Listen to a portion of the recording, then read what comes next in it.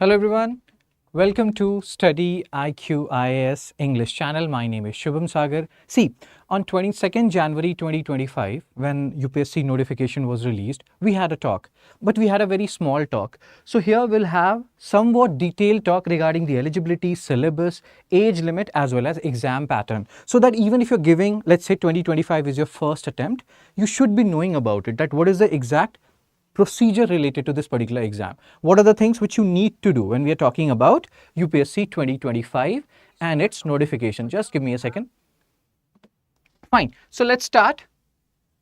UPSC notification 2025 has been released on 22nd January 2025. What are the major aspects or attributes related to this particular notification? 979 seats are there and seats have reduced by around 70 odd. So that is one thing. But again, I have told you in that previous video as well that control the controllables. Don't think about all these things. 979 is still a significant number. You can still have a good decent fight over it, and we have to fight. We have to fight for everything in life, and UPSC is no exception to that. There are three stages when it comes to UPSC 2025 or previous UPSCs as well. First, you will be giving prelims on 25th May 2025, which will be objective in nature, which will comprise of two papers. GS paper 1, that is GS, and GS paper 2, that is CSAT. We'll have a talk regarding that as well.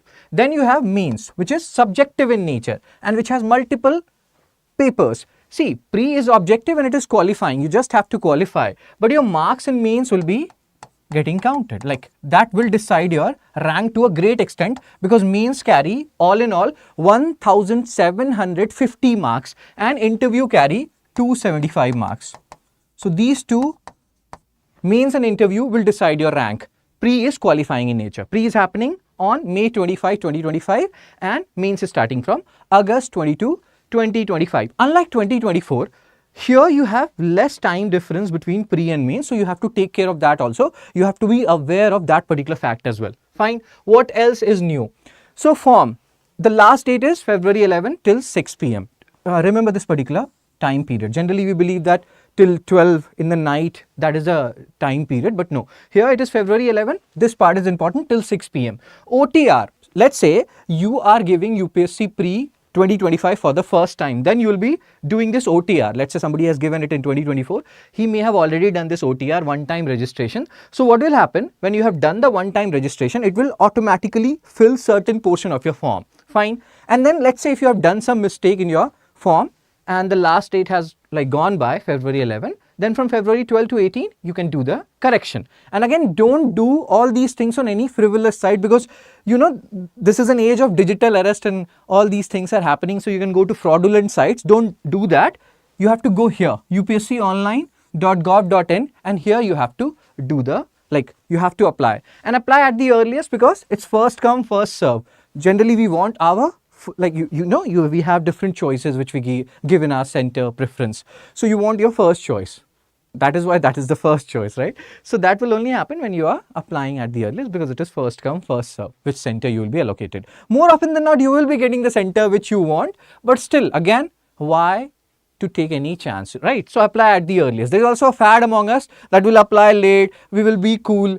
Be cool in some other aspects, but apply at the earliest. And then age. Many people have doubt regarding age, that what is the minimum and maximum. So minimum is 21, maximum is 32. Here we are talking about general, and then there are other exceptions. And age, the demarcation line or the period which they are counting from is August 1, 2025. On August 1, 2025, you have to be minimum of 21 years age. And you have to also ensure that you are not exceeding more than, or you are not exceeding and more are the same words. So you're not exceeding 32 on August 1, 2025. So this is the cutoff line, cutoff month and cutoff year. Attempts, how many attempts you can give? General can give 6, OBC can give 9. If you are from SC/ST, you can give unlimited number of attempts. And PWD, Divyang people, 9 for general, EWS, OBC, and unlimited for SC/ST. So these are some small facts which you have to keep in mind, which we should know, right? What else? Photo.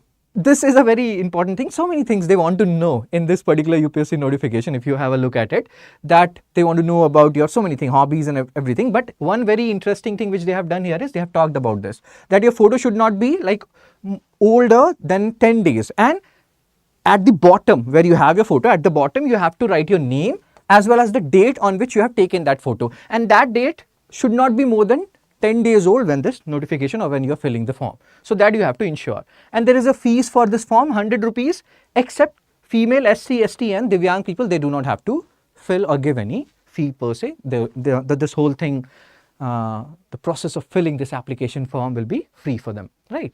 100 for general people and other people except the exceptional categories which are there.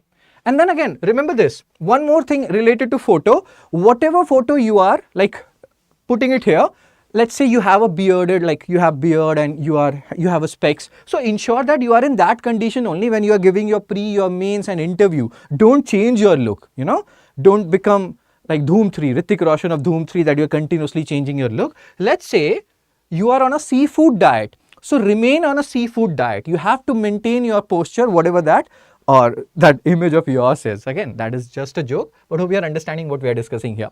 Now let's talk about pre-exam pattern. Although pre is qualifying in nature, but once you qualify this pre or crack this pre, only then you can write the mains and interview. And then again, you can understand this is all a sequential process, 3-stage process. So pre, you have GS paper 1, which is of 100, like which comprise of 100 questions. Both of these are MCQs.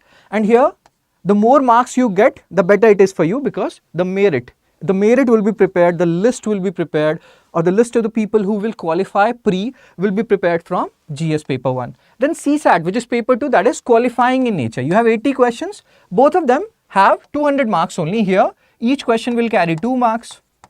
And in the case of CSAT, each question will carry 2.5 marks.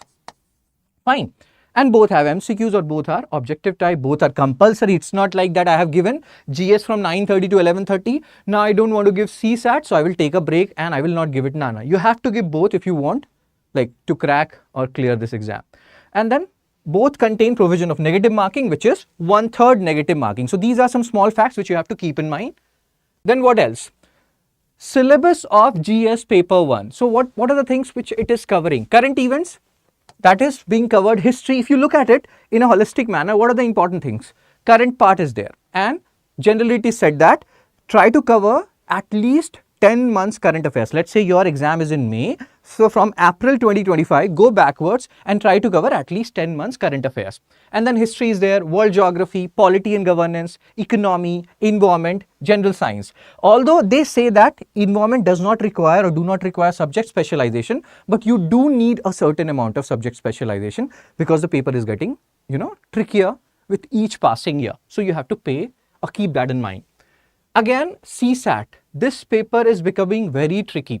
I have many of my students, some of my colleagues who have cleared, let's say UPSC, and they are Nayab Tehsildar in UP. Some of them are Delhi University professor, and they have not cleared the CSAT paper. So you cannot take CSAT paper lightly. Although out of 200, you have to only get more than 66.6666. This is a recurring decimal. So you have to get more than 66 and you will qualify. But even then, like UPSC is, from the last 2-3 years, they are trying to ensure that this is not a cakewalk for you. Even earlier, what used to happen, let's say I was an engineering graduate and everything. So I feel like I don't have to prepare for CSAT. No, you have to now. You have to, because this is getting trickier with each passing year. So solve some previous year paper related to CSAT. Don't take it lightly. People are flunking this paper, and that is a reality. Doesn't matter what your background is, you have to take CSAT paper seriously. And then you have mains, where you have different papers like paper 1, paper 2. Here you can see here paper A, paper B. These are qualifying papers. One is the Indian language paper, around 20 or 22 around Indian languages are there in 8th schedule. You can take any language here, and like I have taken Hindi, so other people can take other languages also. It's not like Hindi you have to take by compulsion. That is a doubt among people. And then paper B is English. Both of them are 300 marks. Their marks will not be counted. They are qualifying in nature. And then from here, paper 1 till paper 7. These are the paper whose marks will be counted. Paper 1 essay, and then in paper 2, that is GS, when you have history, then culture, then world history, then geography, all these things. Society is there. GS2 polity, governance, IR. GS3 is little tricky. We'll talk about it in detail later on also. GS3, the marks has reduced in the last 2-3 years, average marks of people who are giving mains, because it has, like in science you cannot do bol bachan, we say there is a word. In generally what happens in history and polity, you can play around with the question, but it's very difficult to do that when you have a specific question asked on S&T, science and tech, etc. So environment, science and tech, economy, then internal security, etc. are there in GS3. GS4 is ethics. Then you have 2 optional papers of 250 marks each, and that in itself, like that is total of 500 marks. You have to take your optional paper very seriously. This 500 marks will make or break your case when it comes to mains. So optional, ethics and essay, these are the papers which will give you a very high yield return, and you have to take care of that when it comes to mains. Fine. So forget everything for the next 4 months. Generally what happens, let's say if you have 1000 around seats, so 10,000 people or a little bit more than that are called for mains, and 3 times the seats. Let's say if we have around 1000 seats, then around 3000 people will be called for interview. So you have to take care of all these maths and prepare accordingly. Competition is stiff, and you already know UPSC is one of the toughest exams in the world. But don't, like, again, the people who are clearing, they are one among us, and you may have heard about it, that they are not eating like gold biscuits and everything. They are the same people. Although you can talk about the luxury and how much, you know, some people from good family background, etc., etc. Those are the things again which are not in your control. So always believe in the funda that you have to control the controllables, and you have to forget everything for next 4 months. Nothing matters. Nothing at all matters except your study. Everything can take a back seat right now. So just like Shah Rukh Khan used to say that he has forgotten everything when he was preparing for his UPSC. So you have to also forget everything, and you can listen to this song. This is also a very good song. Jokes apart, forget everything for next 4 months. Focus diligently on your exam, and rest everything will take care of itself. There is a policy which is known as Carpe Diem. Give your best every day and forget everything else. So that's it. Take care, be blessed, see you soon. And if you have any more doubts related to UPSC notification 2025, you can send me email on, like, you can mail me on shubham.sagar@studyiq.com. So that's it. And yes, one more thing, if there are any students or any friend of yours or any colleague of yours or girlfriend of yours or ex-girlfriend of yours or whatever, or any son of yours or daughter of yours who will be taking any StudyIQ course, doesn't matter what year or what optional paper, you can use this code SHS Live, which you can see in the down portion, and you will get maximum discount. So that's it. Take care, be blessed, tata, bye bye.